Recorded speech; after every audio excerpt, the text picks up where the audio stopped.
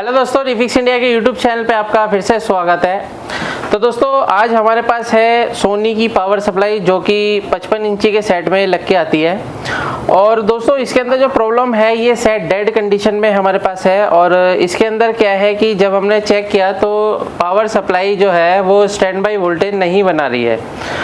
तो अभी stand by voltage नहीं बना रही है तो आप यहाँ पे देख सकते हैं, ये जो पावर सप्लाई है इसके अंदर काफ़ी सारे सर्किट हमारे को देखने को मिलते हैं। जैसे कि आप यहाँ पे देख सकते हैं, अलग अलग सर्किट है, पीएफसी सर्किट है, ऑसिलेशन सर्किट है, स्टैंड बाई सर्किट है, इसके अंदर बैकलाइट ड्राइवर का सर्किट है। तो इसके अंदर बहुत सारे सर्किट हैं। तो हमारे को इसके अंदर पहचानना मुश्किल हो जाता है कि किस तरीके से हमारे को पहचानना कौन सा सर्किट क्या काम करता है, कैसे ये पावर सप्लाई काम करती है।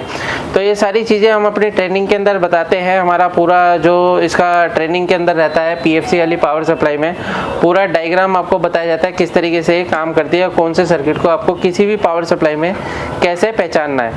तो अभी क्या है, जैसे मेरे पास ये डेड कंडीशन में है, जो कि मैं आपको बता देता हूँ कि इसके अंदर सबसे पहले हमारे को स्टैंड बाई सर्किट में ढूंढना होगा, क्योंकि स्टैंड बाई सर्किट जो है सबसे पहले हमारी स्टैंड बाई वोल्टेज बनाने का काम करती है। और अगर हमारे को स्टैंड बाई वोल्टेज चेक करनी है तो वो कैसे चेक करेंगे, तो यहाँ पे आप ये देख सकते हैं, यहाँ पे कुछ इसका जो पिन यहाँ पे आप ये देख सकते हैं कनेक्टर है, कनेक्टर का जो डेटा है वो यहाँ पे लिखा हुआ है। और यहाँ पे आप ये देखेंगे तो इसकी पिन नंबर जो 1 2 3 नंबर पिन इसकी स्टैंड बाई वोल्टेज की है। और ये जो स्टैंड बाई वोल्टेज है वो 3.3 वोल्ट की सप्लाई ये बनाता है। तो अभी क्या है कि इसके 3.3 वोल्ट नहीं बन रहे, जिससे कि हमारा सेट जो है स्टैंड बाई में ही नहीं आ रहा है। तो स्टैंड बाई सर्किट के अंदर ज़्यादातर हमारा क्या लगा होता है, पावर सप्लाई में एक एसटीआर लगा होता है। यहाँ पे आप ये देख सकते हैं, ये एसटीआर है जिसके अंदर PWM IC और MOSFET कंबाइंड रहता है। तो ये PWM IC और MOSFET जब मिल जाते हैं तो एक STR बनता है दोस्तों। अभी क्या है कि ये जो STR है मैंने इसको रिमूव किया है, जो कि आप यहाँ पे देख सकते हैं, यहाँ पे लिखा है IC 6301, यानी कि यहाँ पे एक IC लगी हुई थी 6301 जो कि STR IC थी, और इसको मैंने रिमूव किया है। और अब हम क्या काम करेंगे, इसकी जगह अलग से दूसरा STR, यहाँ पे आप ये देख सकते हैं, यहाँ पे DM0465R एक STR आता है मार्केट में, इसको हम इंस्टॉल करेंगे उसकी जगह। तो दोस्तों ये कैसे इंस्टॉल किया जाएगा बिना किसी डाटा शीट के। कई बार क्या होता है, ये STR जल भी जाता है, फट जाता है, बीच में से इसका नंबर भी चला जाता है। तो अगर आपके पास इसका डाटा शीट भी नहीं है तो आप इसको आसानी से लगा सकते हैं। तो लगाने के लिए सबसे पहले आपको ये चीज़ कन्फर्मेशन होनी चाहिए कि हमारा जो ये STR है इसकी पिनें कौन कौन सी क्या क्या काम करती है, सभी वायर के बारे में आपको पूरा अच्छे से नॉलेज होनी चाहिए। तो अभी जैसे कि ये मैं आपको लगा के दिखा देता हूँ। यहाँ पे हम पावर लगाएंगे और पावर लगाने के बाद सबसे पहले हम ये देखेंगे कि हमारे को 2 कनेक्शन करने हैं। एक मेन फिल्टर से जो हमारे एक सप्लाई आती है जो कि सीधा STR पे आती है, जो कि 300 वोल्ट की सप्लाई होती है। अब ये 300 वोल्ट की सप्लाई जो होती है, पॉजिटिव क्या होती है ब्लू कलर, और ब्लैक क्या होती है नेगेटिव, यानी कि ये नेगेटिव हो गई, ये पॉजिटिव हो गई।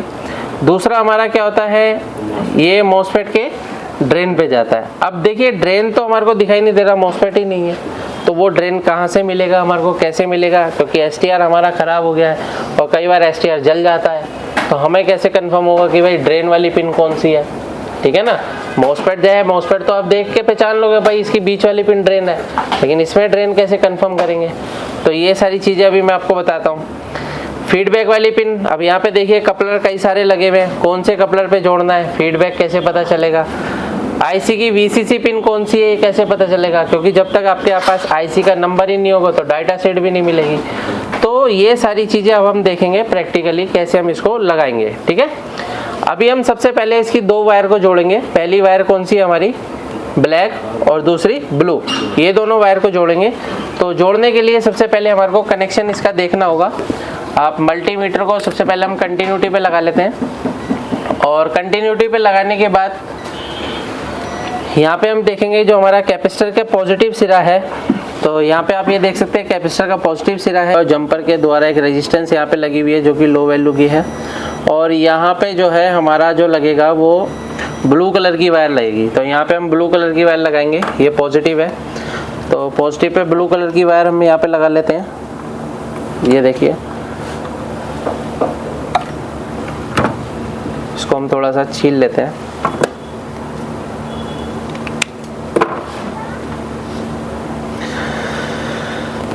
अब अब जो है हमारा ये ब्लू वाली वायर हमारी आ गई यहाँ पे, ये देखिए, क्योंकि जब भी हम काम करते हैं थोड़ा सा फिनिशिंग से काम करते हैं तो ज़्यादा सही रहता है। ये देखिए, ये लग गया हमारा पॉजिटिव। थोड़ा सा शोल्डर मार देते हैं, ठीक है। और उसके बाद आता है हमारा नेगेटिव। तो नेगेटिव देख लेते हैं हमारा किस पे जा रहा है।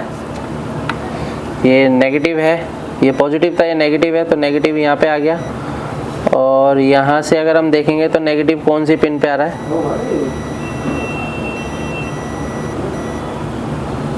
ये हमारा नेगेटिव है।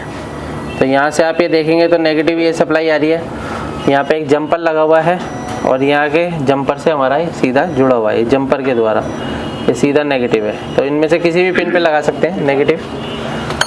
तो यहाँ से हम नेगेटिव ले लेते हैं, पिन नंबर 8 या 7 किसी पे भी आप लगा सकते हैं। इसको हम थोड़ा सा छील लेते हैं।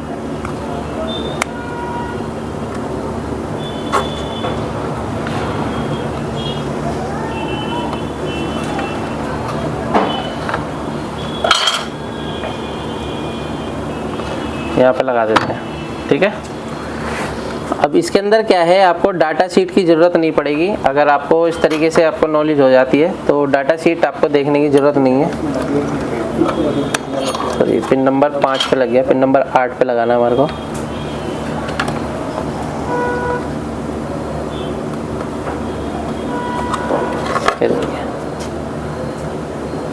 पिन नंबर 8 और 7 एक ही है, ठीक है। उसके बाद आती है येलो वायर। तो येलो वायर को हम कहाँ पे लगाएंगे, तो यहाँ पे आप ये देख सकते हैं इसका जो ट्रैक है वो कैसे जा रहा है।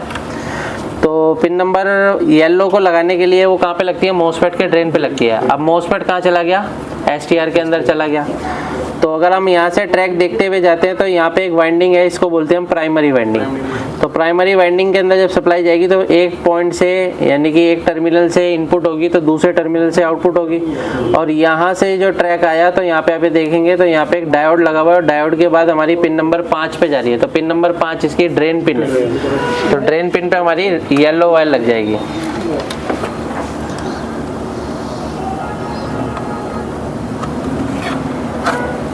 तो यहाँ पे हम ड्रेन पिन पे येलो वायर लगा देते हैं, ये लगा दिया।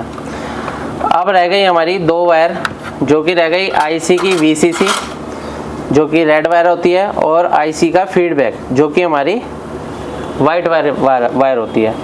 तो अब क्या है, आपको ये चीज़ कंफर्मेशन करनी है कि भाई हमारा जो फीडबैक का कौन सा कपलर है। इसके अंदर कपलर देखेंगे तो बहुत सारे लगे हुए हैं, यहाँ पे देखो सारे कपलर लगे हुए हैं। तो सबसे पहले यहाँ पे अगर आप कपलर देखेंगे तो ये वाला जो कपलर है, इस कपलर की पिन नंबर 3 वो ग्राउंड होनी चाहिए, ये देखो ग्राउंड है। और पिन नंबर 4 जो है वो हमारे को IC की फीडबैक पिन से जुड़ेगा। तो यहाँ पे अगर हम देखते हैं एक एक पिन पे, तो फीडबैक पिन कौन सी है, यहाँ पे हम अगर चेक करते हुए जाते हैं तो इसके बीच में यहाँ पे एक रेजिस्टेंस लगी हुई है, ये देख सकते हैं, ये एक रेजिस्टेंस लगी हुई है इसके बीच में। और इस रेजिस्टेंस के द्वारा, कौन सी रेजिस्टेंस लगी हुई है यहाँ पे देख के बता देता हूँ मैं आपको।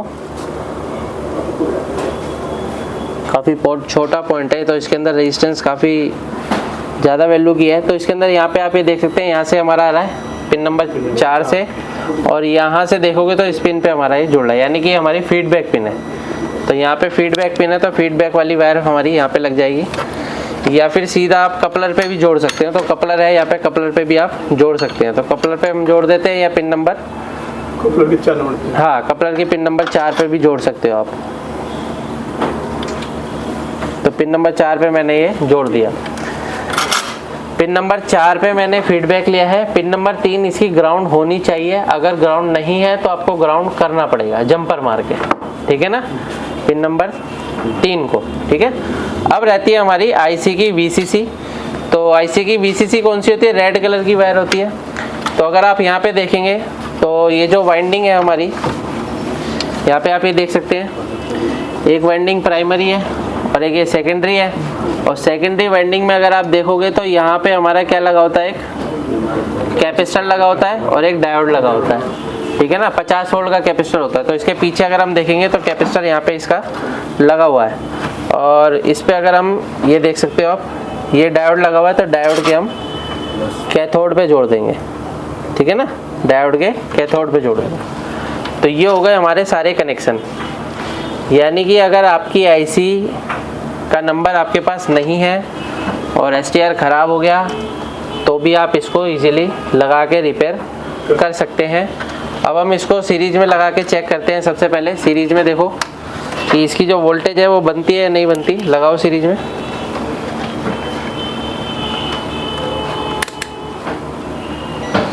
तो यहाँ पे अगर हम वोल्टेज इसकी चेक करते हैं,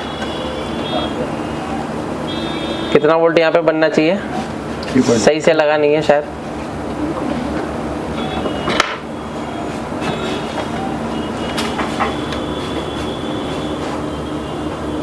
वोल्ट आ गया। यहाँ पे अगर हम वोल्टेज चेक करते हैं तो यहाँ पे आप ये देख सकते हैं 3.3 वोल्ट स्टैंड बाई वोल्टेज बन चुकी है इसकी। और दूसरी वोल्टेज भी अगर हम चेक कर सकते हैं यहाँ पे, जैसे उसके अलावा भी हमारी जो वोल्टेज बनती है, जैसे 12 वोल्ट की सप्लाई जो हमारी बनती है, तो वो भी हम यहाँ पे चेक कर सकते हैं। तो आउटपुट में अभी यहाँ पे देखेंगे तो यहाँ पे कुछ कैपेसिटर वगैरह लगे होते हैं जिन पे हम वोल्टेज चेक कर सकते हैं। ये देखिए, ये हमारी क्या है, बैकलाइट के लिए वोल्टेज बन रही है 88 वोल्ट। ये बैकलाइट ड्राइवर के लिए बन रही है, यानी कि बैकलाइट ड्राइवर के लिए भी वोल्टेज बन गई। पीएफसी सर्किट भी हमारा ऑन हो गया होगा, तो यहाँ पे आप ये देख सकते हैं पीएफसी सर्किट भी हमारा ऑन हो चुका है, जिसके अंदर 390 वोल्ट फिक्स हमारा बन रहा है। तो यहाँ पे आप ये देख सकते हैं हमारी जो पावर सप्लाई है बिल्कुल फिक्स हो चुकी है। इस तरीके से हम किसी पावर सप्लाई को आसानी से रिपेयर कर सकते हैं। और भी दोस्तों इसके अंदर बहुत सारी दिक्कतें देखने को मिलती हैं, जिसमें मैं आपके लिए वीडियो बनाता रहता हूँ। अगर आपको भी वीडियो पसंद आए तो वीडियो को लाइक करें, शेयर करें, कमेंट करें। Thank you friends.